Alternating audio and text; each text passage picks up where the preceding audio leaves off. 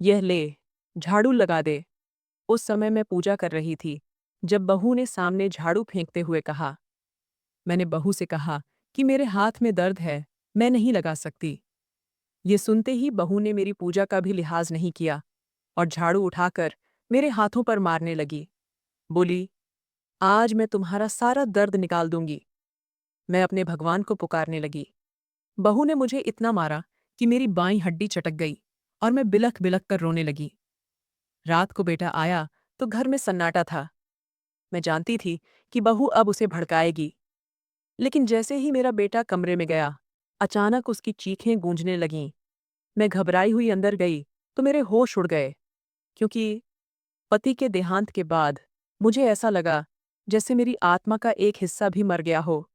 सफ़ेद चादर में लिपटा उनका बेजान शरीर जब अंतिम संस्कार के लिए उठाया गया, तो मुझे ऐसा लगा जैसे कि मेरी सांसें भी उखड़ रही हों। मैं चुपचाप सब देखती रही, न आंसू निकले, न आवाज़।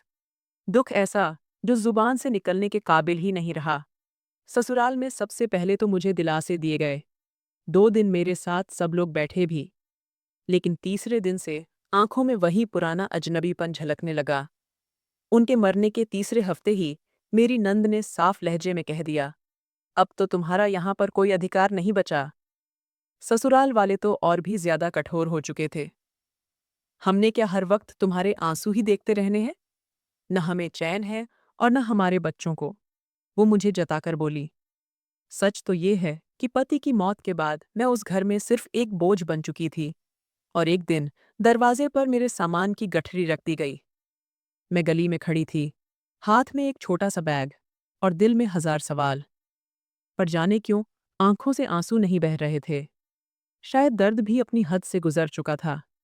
भाई को फोन किया, उसने आने को कहा, और मैं इस उम्मीद में थी कि अब शायद मुझे कुछ सुकून मिलेगा। भाई के घर आ गई, जहां मुझे एक आसरा महसूस हुआ। भाभी ने गर्म खाना दिया, बच्चों ने हंसकर बातें कीं, और मैंने भगवान का शुक्रिया अदा किया। लेकिन यह सुकून कुछ समय का था। जैसे जैसे दिन गुजरे, भाभी के चेहरे पर वही पुरानी नफरत लौट आई। छोटी छोटी बातों पर मुंह बनाना, आवाज ऊंची कर देना। अब मेरे दिल में वह डर फिर से उठने लगा कि शायद यह छत भी छिन जाएगी। फिर वह दिन आया जो मेरे लिए कयामत से कम नहीं था। एक शाम भाभी ने अपने पति, यानी मेरे भाई, को बुलाया और मुझ पर इल्जाम लगाया कि घर में रहकर मैं उनके बच्चों और उन पर बहुत बुरा असर डाल रही हूं। उन्होंने कहा कि मैं उनकी आज़ादी में रुकावट बन रही हूं। भैया ने बिना कुछ सुने सिर्फ भाभी के शब्दों पर यकीन करते हुए गुस्से में कहा, तुम अब और यहां नहीं रह सकती, कल सुबह तक यहां से चली जाना। मैंने उन्हें मिनटों तक अपनी सफाई दी, लेकिन सब कुछ बेकार हो गया।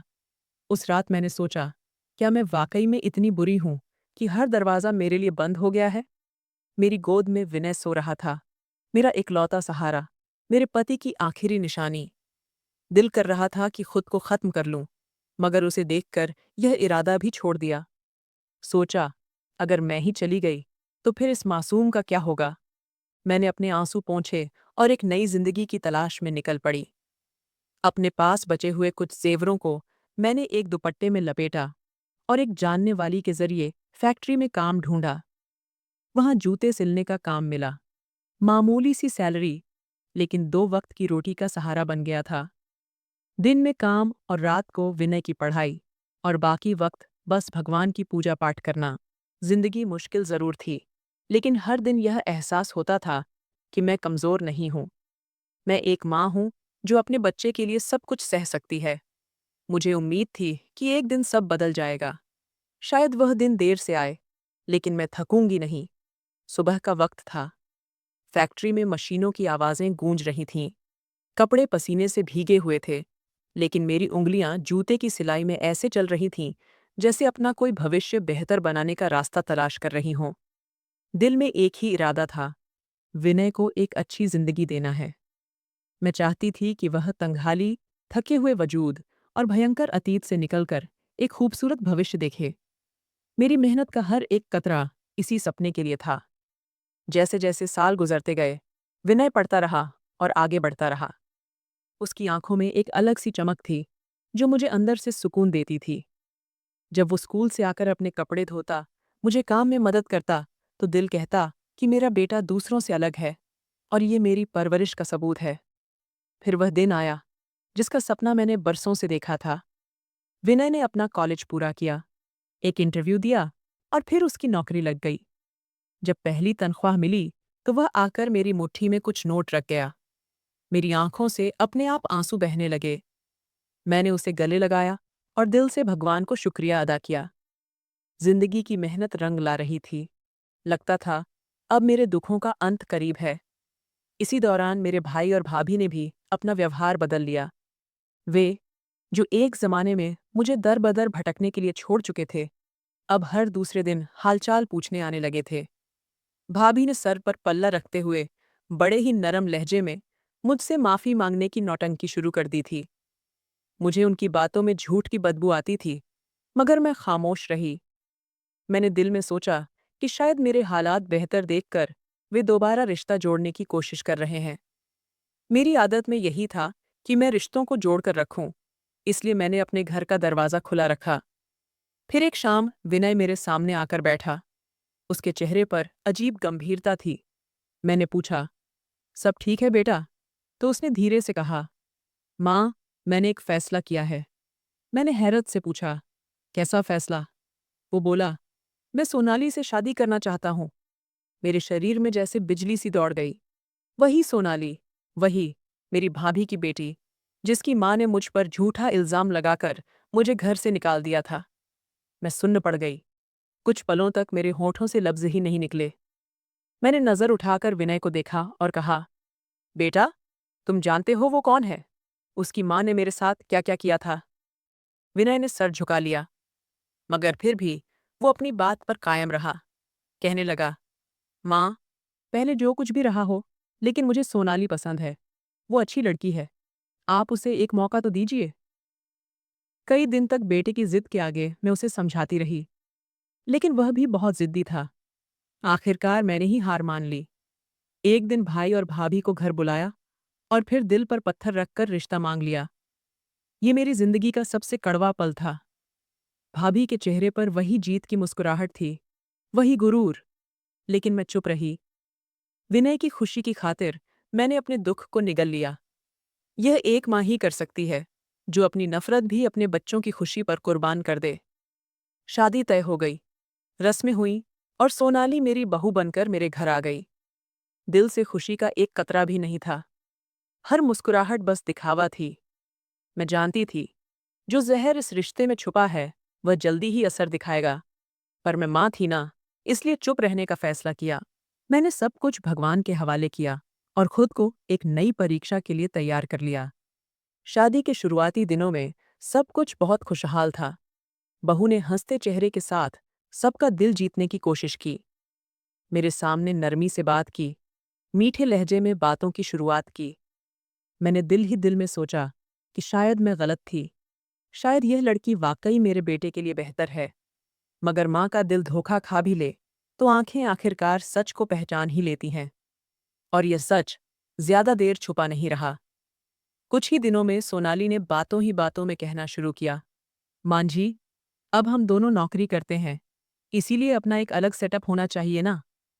मैं चौंक गई, मगर चुप रही। विनय ने तुरंत इस ख्याल को रद्द कर दिया। अभी यह मुमकिन नहीं है।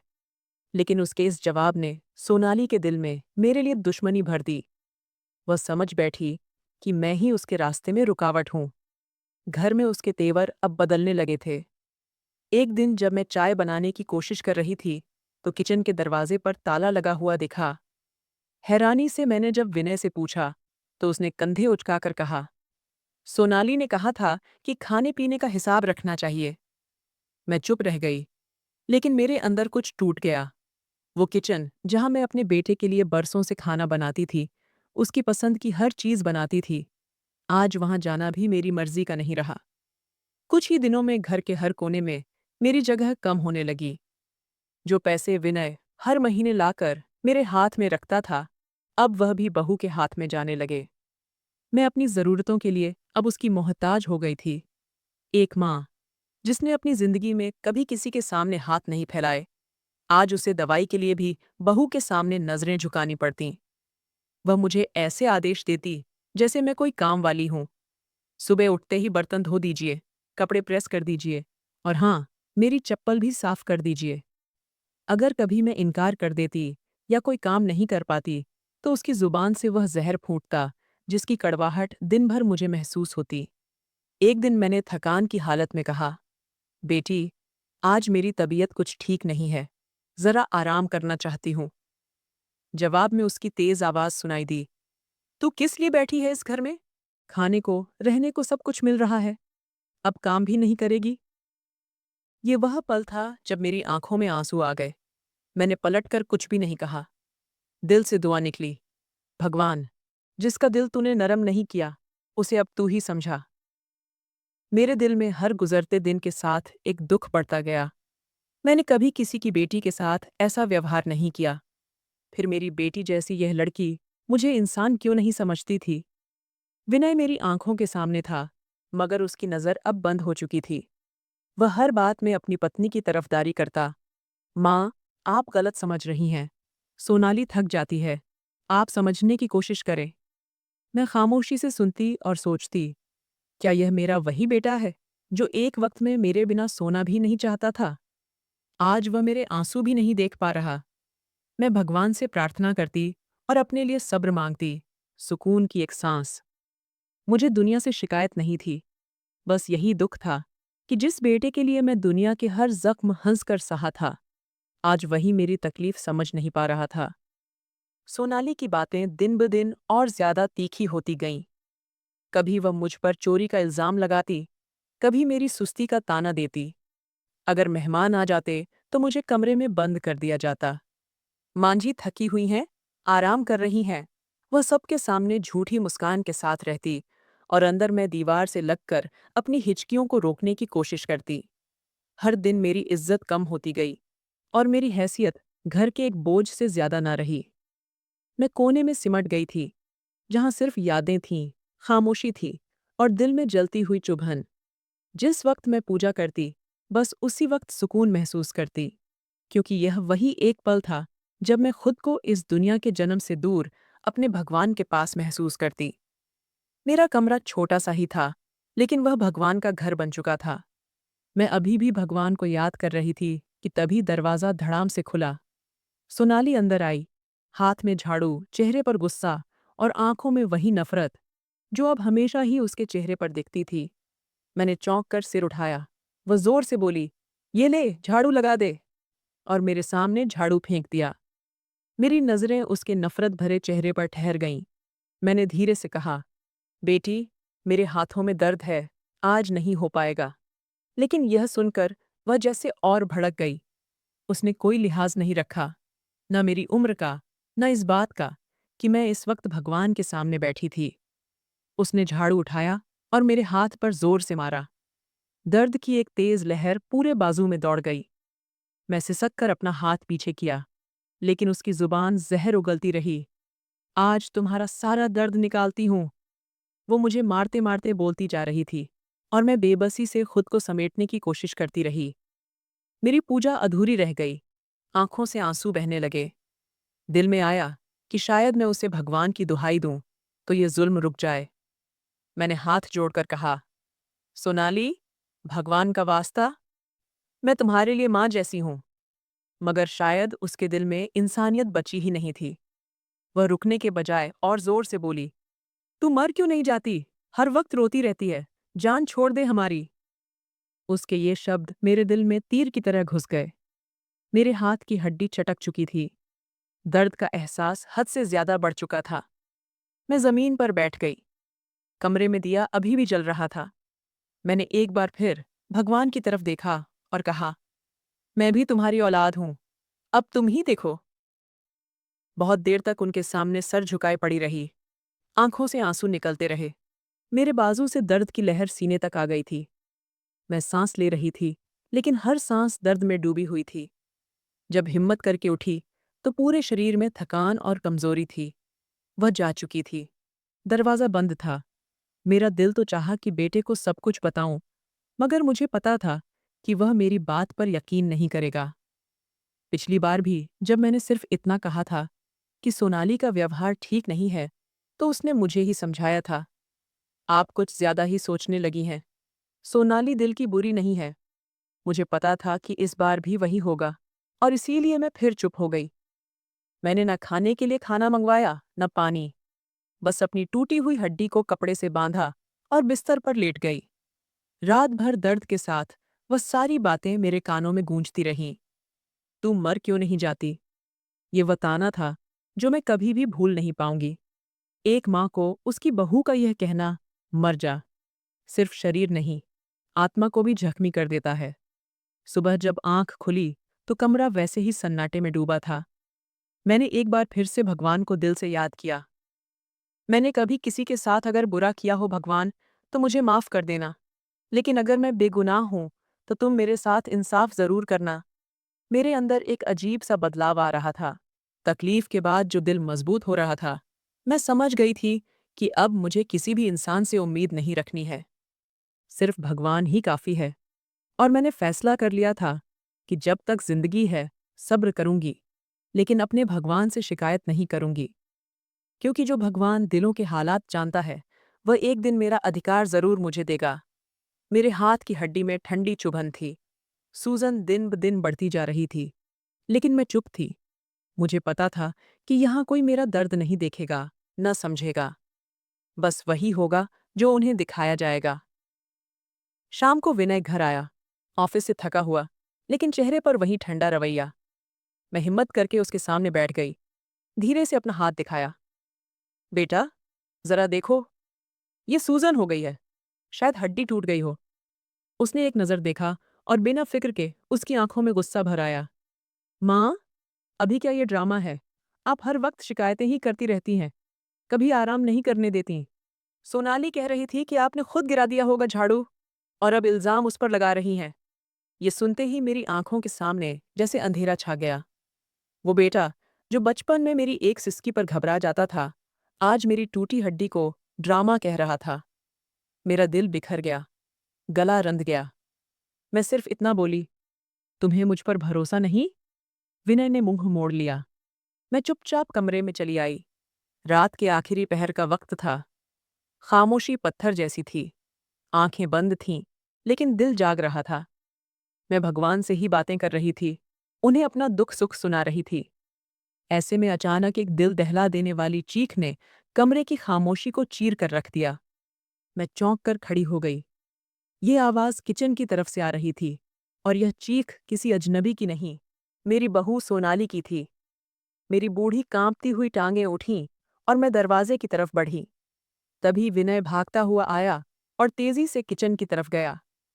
मैं दरवाजे की चौखट तक पहुंची और बस इतना सुन सकी, माँ, सोनाली को बिच्छू ने काट लिया है। मेरे दिल की धड़कन तेज हो गई। सोनाली जमीन पर गिरी हुई थी, हाथ को जोर से थामे सिसक रही थी। आंखों में डर था। विनय ने उसे फौरन गाड़ी में डाला और अस्पताल ले गया। मैं दरवाजे पर खड़ी बस दूर होती उनकी गाड़ी को देखती रही। दिल अजीब सी बेचैनी से भर गया। ये वही हाथ था जिससे कल उसने मुझे मारा था। यही वह लम्हा था जिसके बाद सब कुछ बदलने वाला था।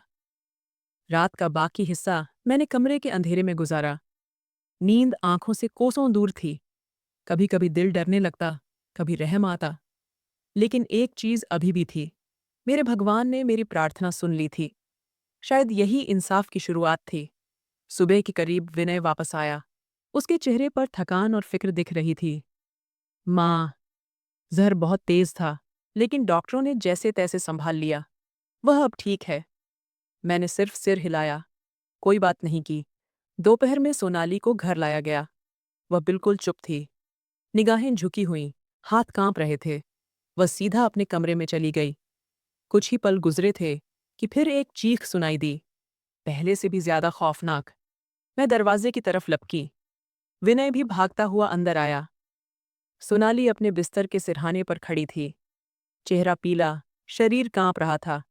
वह चिल्ला रही थी, यहाँ पर बिच्छू हैं, इतने सारे बिच्छू, मुझे काट लेंगे। विनय ने फौरन बिस्तर की चादर झाड़ी, कमरे का कोना कोना देखा, लेकिन वहां कुछ भी नहीं था। सोनाली, यहाँ कुछ भी नहीं है, तुम्हें वहम हो रहा है, उसने समझाने की कोशिश की। मगर सोनाली का वहम रुकने वाला नहीं था।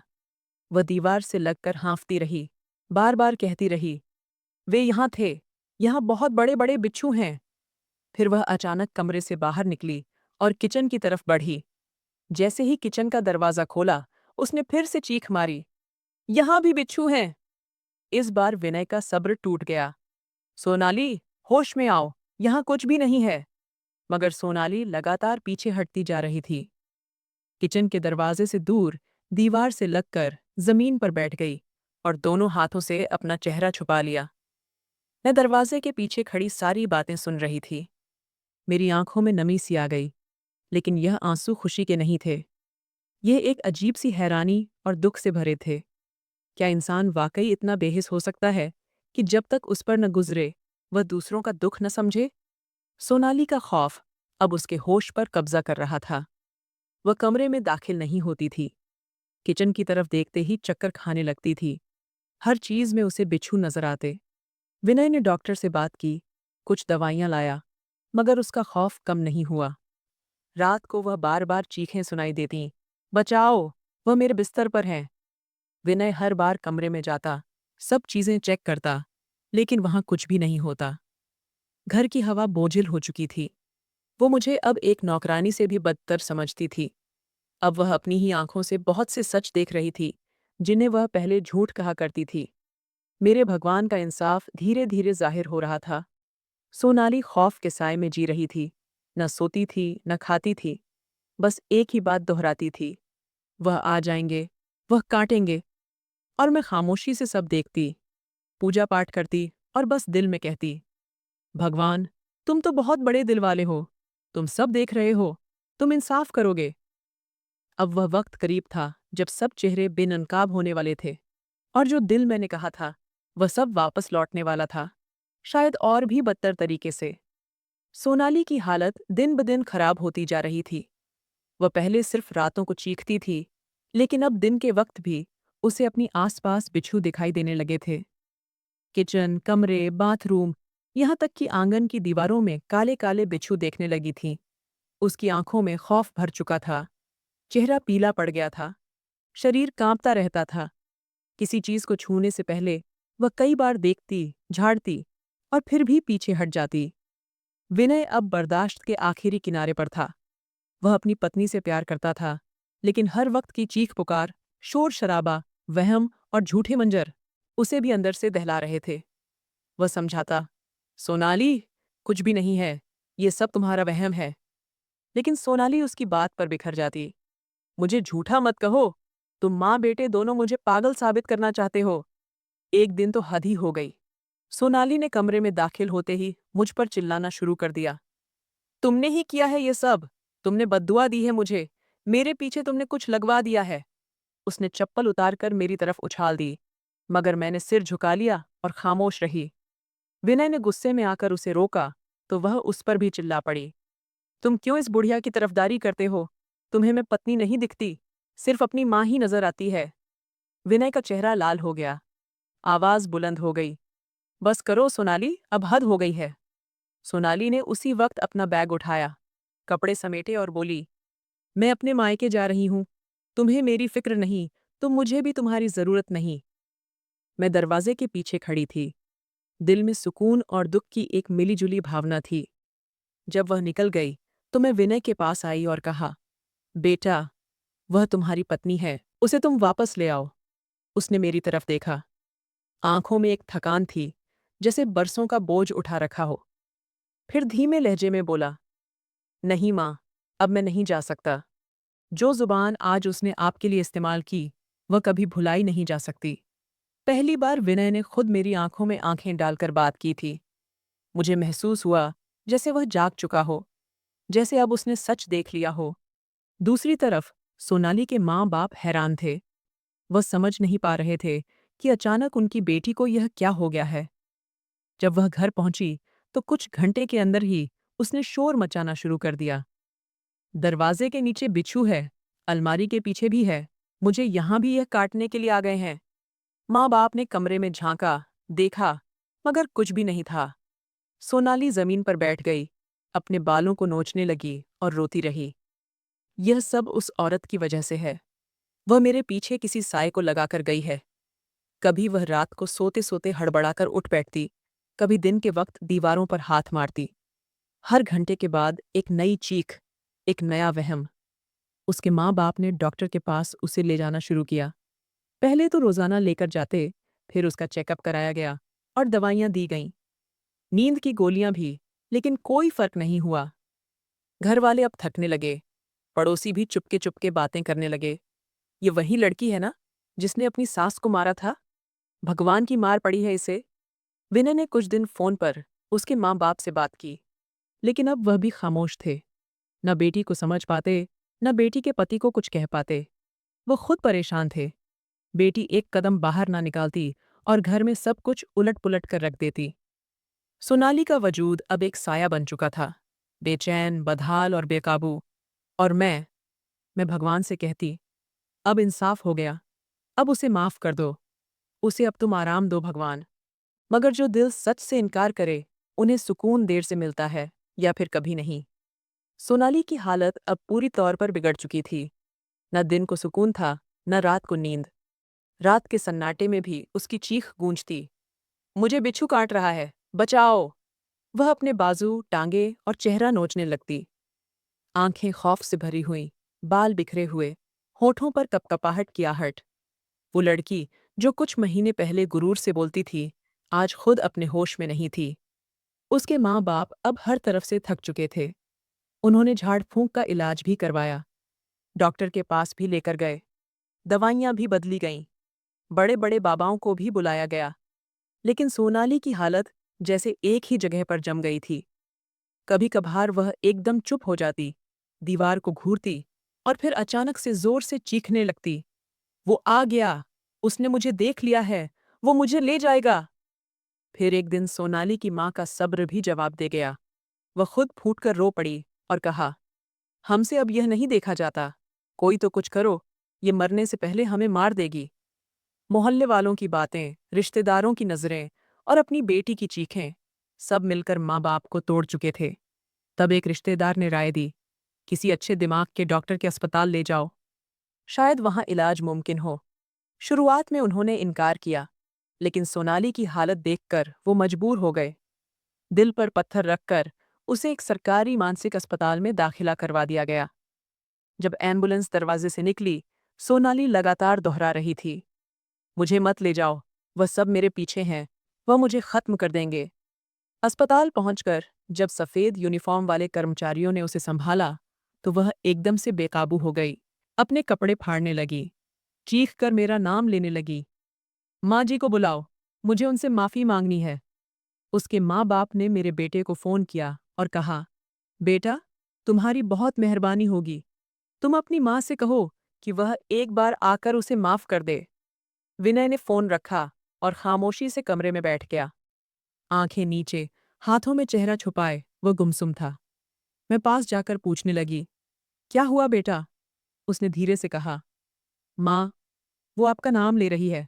वो कहती है कि वह आपसे माफ़ी मांगना चाहती है। वह बार बार दोहराती है, वरना मैं मर जाऊंगी। मेरे दिल में एक तूफान उठा। क्या वह वही लड़की थी जिसने मुझे पूजा करते समय झाड़ू मारी थी, जो मेरी हड्डी तोड़कर कहती थी, मर क्यों नहीं जाती? और आज वह खुद मेरे कदमों में झुकने को तैयार थी। क्या यह वही जुबान थी जिससे जहर टपकता था? कमरा घूमने लगा, दिल जैसे कुछ देर को बंद हो गया। मैंने आंखें बंद करके भगवान से कहा, हे भगवान, अब तुम ही फैसला करो, मैं तो सिर्फ तुम्हारी भक्त हूं। मेरी खामोशी विनय को समझ में आ गई। उसने धीरे से कहा, माँ, अगर आप चाहें तो मैं अस्पताल ले जाऊंगा। मैंने इनकार में सिर हिला दिया, अब जरूरत नहीं है। जिस दिल से बद्दुआ निकली, वह मान भी जाए तो जख्म फिर भी रह जाते हैं। विनय खामोश हो गया। शायद वह जान चुका था कि वक्त ने उसे वह सब दिखा दिया जो एक माँ बरसों से सहती आई थी। अगले दिन जब सोनाली की हालत और ज्यादा बिगड़ गई, वह अपने बाल नोचने लगी, खुद को जख्मी करने लगी, तो डॉक्टर ने जबरदस्ती उसे दवा दी। उसकी आवाज़ कमरे में गूंज रही थी, माँ जी, मुझे माफ़ कर दो, मुझे माफ़ कर दो। उसका बाप दरवाजे पर खड़ा कांप रहा था। माँ दीवार के साथ टेक लगाए रो रही थी। और डॉक्टर बेहोशी की दवा का इंजेक्शन लगा रहे थे। मैंने वह सब सुना, सब जाना, लेकिन अंदर का सुकून अजीब सा था। एक माँ थी जो बेटे के लिए सब सह गई, जिसे बार बार रौंद कर चुप रहने का आदेश मिला और जिसकी खामोशी आखिरकार भगवान की अदालत में गूंज बन गई थी। सोनाली का हिसाब शुरू हो चुका था। ये सज़ा किसी इंसान ने नहीं, खुद वक्त ने लिखी थी। मेरे दिल में कोई बदला नहीं था, लेकिन एक सुकून ज़रूर था कि भगवान इंसाफ करता है और देह से ही सही, लेकिन पूरा करता है। उसी दिन की सुबह आम दिनों से कुछ अलग नहीं थी, मगर मेरे दिल में एक बेचैनी सी थी। मैं रोज़ाना की तरह पूजा कर रही थी, तभी दरवाजे पर दस्तक हुई। दरवाज़ा खोला तो सामने भाई और भाभी खड़े थे। उनके चेहरे इतने उतरे हुए थे कि मुझे एक पल को यकीन नहीं आया कि ये वही लोग हैं जिन्होंने बरसों पहले मुझे एक झूठे इल्जाम पर घर से निकाल दिया था। भाई के हाथ में छोटा सा थैला था, जैसे कि कोई मुसाफिर किसी दरवाजे पर आसरा मांगने आया हो। मैं अभी कुछ कहती, इससे पहले भाभी मेरे कदमों में झुक गई। वह कांपते हुए लहजे में बोली, बस एक बार माफ कर दो, भगवान के लिए मुझे माफ कर दो। मैं पत्थर की तरह खड़ी हो गई। मेरी जिंदगी के सबसे कठिन पलों में जिस औरत ने मेरा सहारा छीना, आज वही मेरे कदमों में थी। मैं कुछ बोल न सकी, सिर्फ उसे देखती रही। उसकी आंखों से बहते हुए आंसू, कपकपाते हाथ और चेहरे पर शर्मिंदगी ने मुझे कई साल पीछे ले जाकर खड़ा कर दिया। भाई आगे बढ़े। उनकी आंखें भीगी थीं, आवाज भरी हुई थी। मेरी बहन, मुझे माफ कर दो। मैंने तुम पर भरोसा नहीं कर पाया। मैंने अपनी आंखों से सच देखने से इनकार किया। सोनाली की हालत देखकर अब सब कुछ साफ हो चुका है। वो जो कुछ भी सह रही है, वह सब बद्दुआ का असर है, तुम्हारी आह का असर है। मेरा दिल एक लम्हे को रुक सा गया। बरसों से अंदर दबी हुई घुटन जैसे जुबान पर आना चाहती थी, लेकिन मैंने खुद को रोक लिया। मैं चाहती तो चिल्ला चिल्ला कर कहती, अब आए हो मुझसे माफ़ी मांगने? जब सब कुछ छीन गया, तब तुम्हें मेरी सच्चाई याद आई? लेकिन मैं चुप रही। मेरी माँ ने सिखाया था, सच बोलकर नहीं, सच सहकर जीता जाता है। भाभी रोती रही, बार बार दोहराती रही, मैंने ही तुम पर झूठा इल्ज़ाम लगाया था। मुझे लगा तुम घर में ज़्यादा वक्त गुजार रही हो। भाई भी तुम्हारा तुम्हें ज़्यादा अहमियत दे रहा है। मेरे घमंड ने मेरी अकल पर पर्दा डाल दिया था। मैंने अपनी बेटी को तुम्हारी बहू बनाकर बदला लेना चाहा, लेकिन आज अपनी बेटी की हालत देखकर एहसास हुआ कि जिसके लिए मैंने यह सब किया, वही इस जुल्म का शिकार बन गई। उसके शब्द मेरे दिल को छू रहे थे, लेकिन जख्म बहुत पुराने थे। हर शब्द पुरानी यादों की परतें खोल रहा था। वह शाम जब भाई ने मुझे धक्के देकर निकाला, वह रात जब मैं विनय को सीने से लगाकर रोई थी, वह दिन जब फैक्ट्री में खून पसीने से बेटे की फीस जमा की थी। भाई ने एक और कदम आगे बढ़ाया, मेरे कंधे पर हाथ रखा और कहा, दुनिया का बदला दुनिया में ही मिलता है। मैंने आज अपनी बेटी को बिखरते देखा और मुझे समझ आ गया कि जो तुम्हारे साथ हुआ, वह सिर्फ ज्यादती नहीं थी, वह एक बहुत बड़ी नाइंसाफी थी। मुझे शर्मिंदगी है कि मैं अपनी बहन को पहचान ही नहीं पाया। मैंने आंखें बंद कीं और दिल में भगवान को धन्यवाद कहा। वह भगवान जो खामोशी से सब देखता है, जो देर से ही सही, लेकिन सच्चाई को सामने लाता है। मैंने दोनों को बैठने को कहा, पानी दिया और धीमे लहजे में सिर्फ इतना कहा, माफी मांगने से पहले अगर दिल में पश्चाताप हो, तो भगवान भी माफ कर देता है। मैं तुम दोनों को दिल से माफ करती हूँ। मेरे शब्द सुनकर भाभी फूट फूट कर रोने लगी। बोली, काश ये सच पहले समझ में आ जाता, तो आज यह दिन ना देखना पड़ता। मेरा बेटा विनय भी दरवाजे के पास खड़ा सब कुछ सुन रहा था। उसके चेहरे पर अजीब सी खामोशी थी। वह अब सब कुछ देख और समझ रहा था, जो बरसों तक उसने नजरअंदाज किया था। सोनाली की हालत की बात की जाने लगी। भाभी बोली, वह दिन रात सिर्फ तुम्हारा नाम लेती रहती है। जब तक माँ जी माफ नहीं करेंगी, मुझे सुकून नहीं मिलेगा। मैंने गहरी सांस ली और कहा, मैंने उसे माफ कर दिया, भगवान के लिए, अपने बेटे के लिए और अपनी जिंदगी के लिए। लेकिन जो कुछ हुआ, वह कभी भुला नहीं सकती। उस दिन मेरे दिल पर बरसों से रखा बोझ कुछ हल्का हुआ। वह कालिख, जो झूठे इल्जाम की सूरत में मेरे किरदार पर मल दी गई थी, आज धुल गई थी।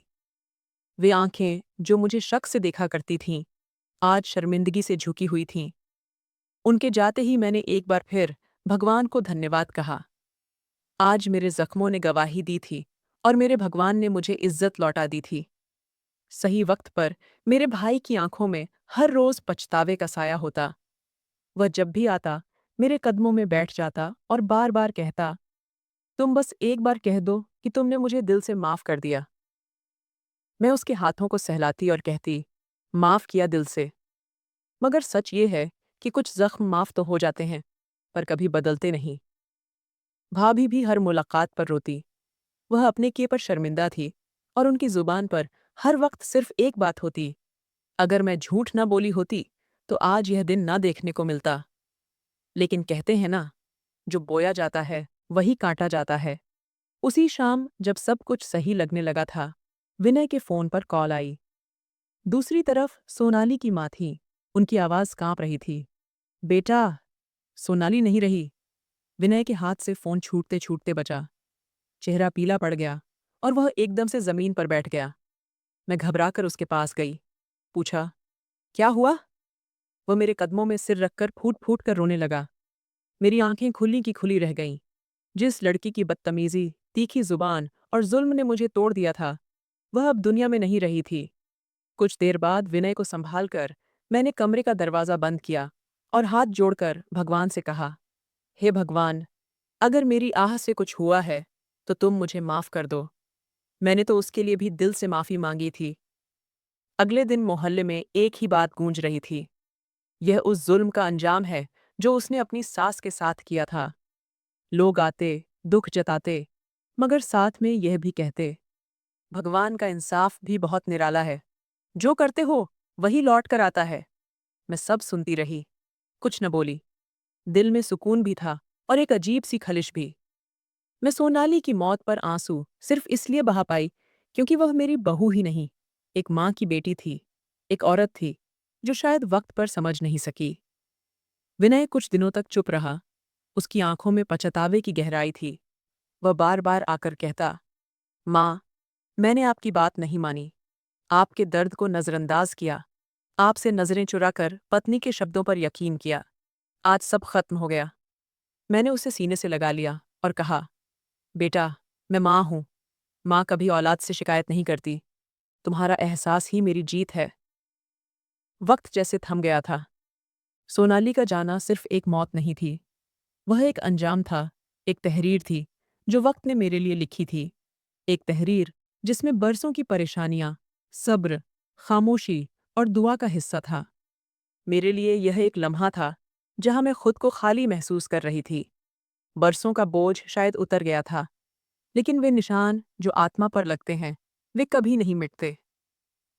मैं घर के आंगन में बैठी थी, चाय का कप हाथ में था और विनय मेरे कदमों के पास बैठा खामोशी से जमीन को देख रहा था। मैंने उसके सिर पर हाथ रखकर कहा, अब जिंदगी को नए सिरे से जीना है। पुरानी बुरी यादें दिल में रखोगे तो कभी सुकून नहीं मिलेगा। वो मेरी तरफ देखकर बोला, माँ, आप मेरे लिए किसी स्वर्ग के जैसी हैं। ये बात मैंने देर से जानी, मगर अब जान गया हूँ। आपकी सेवा मेरी जिंदगी का मकसद है। मेरे दिल को सुकून मिला, एक ऐसा सुकून जो बरसों के बाद नसीब हुआ, और उसे पाकर मैंने भगवान से सिर्फ एक दुआ मांगी, भगवान, जो सच्चाई की राह पर चले उसे कभी अकेला मत छोड़ना, और जो जुल्म करे उसे वक्त पर उसका आईना जरूर दिखा देना। अब मेरे दिल पर जमी हुई बदनामी की धूल छट चुकी थी। भगवान ने मुझे इज्जत दे दी थी। ये वो पल था जहां मेरे सच की रोशनी ने झूठ की तमाम परतों को जला दिया था। वह सुबह जिंदगी की कई तारीखों की रातों के बाद आई थी। कमरे में खामोशी थी। विनय मेरे सामने बैठा था और उसकी आंखों में बरसों की नमी छलक रही थी। वह मेरी तरफ देख रहा था, जैसे कुछ कहने की हिम्मत जुटा रहा हो।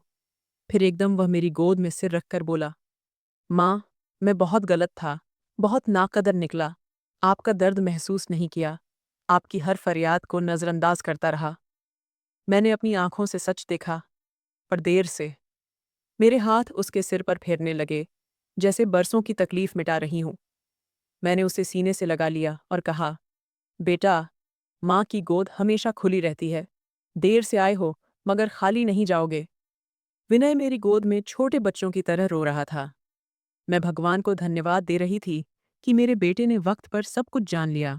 सोनाली के जाने के बाद वह टूट गया था, लेकिन वह टूटना उसके अंदर की रोशनी को जगा गया था। कुछ महीनों के बाद विनय के चेहरे पर जिंदगी की रौनक दोबारा आने लगी।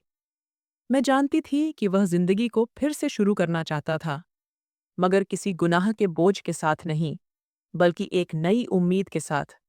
मैंने खुद ही उसकी दोबारा शादी का फैसला किया। मैंने विनय से कहा, बेटा, अगर इंसान को दूसरी बार मौका मिले तो उसमें पहला सबक जरूर शामिल होना चाहिए। इस बार ऐसी लड़की चुनो जो पत्नी होने के साथ साथ बहू भी हो और सबसे बढ़कर एक इंसान हो। भगवान ने हमारी सुन ली। कुछ हफ्तों में एक रिश्ता आया जिस लड़की की सब तारीफ करते थे।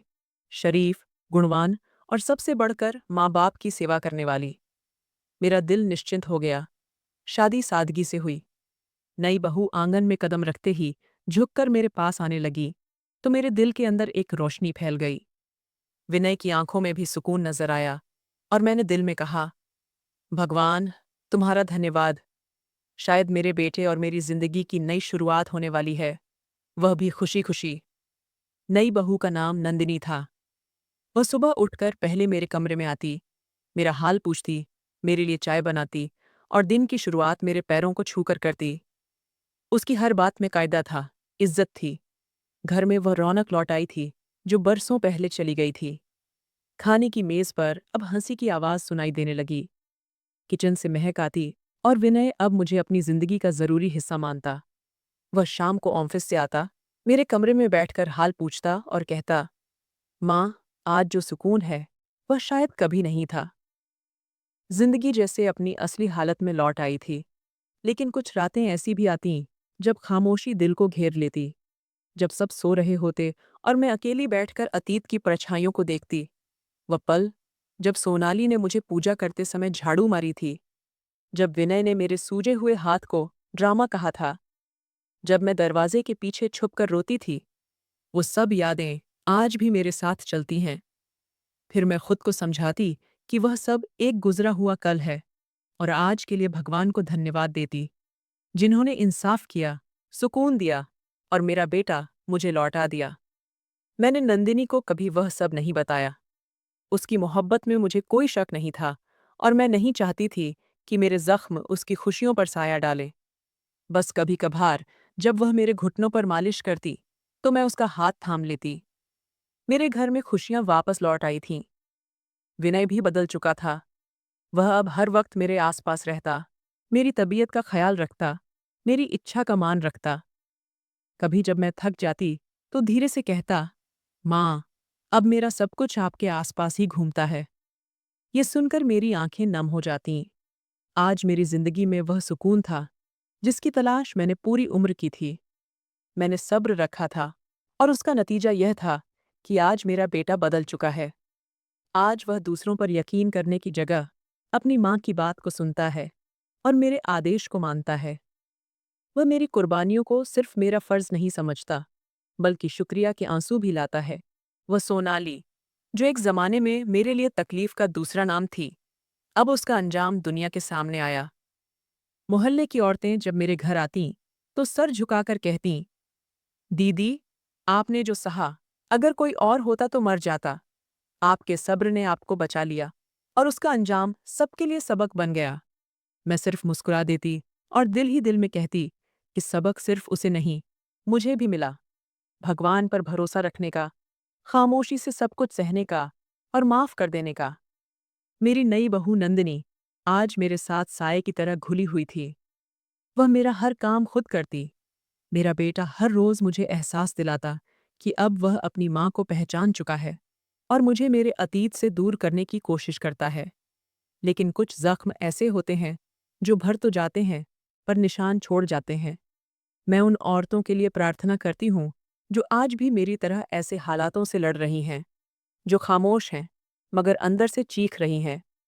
मेरी भगवान से गुज़रिश है कि किसी भी बेटी, माँ या बहन को वह दुख न दे जो मैंने सहे हैं। किसी को उसकी इज्जत के लिए लड़ना न पड़े, किसी का सब्र उसकी मुश्किलें न बने। जुल्म करने वाले को समझा दे और लाचार को हिम्मत दे। मुझे मेरी इज्जत वापस मिल गई थी, लेकिन हर औरत इतनी खुशनसीब नहीं होती। ये सब सिर्फ और सिर्फ मेरे भगवान का ही रहम था, जो उन्होंने मुझे आज सब कुछ लौटा दिया, और मैं मरते दम तक उनकी शुक्रगुजार रहूंगी। तो दोस्तों, आपको यह कहानी कैसी लगी हमें कमेंट करके ज़रूर बताएं, और साथ ही चैनल को सब्सक्राइब ज़रूर करें।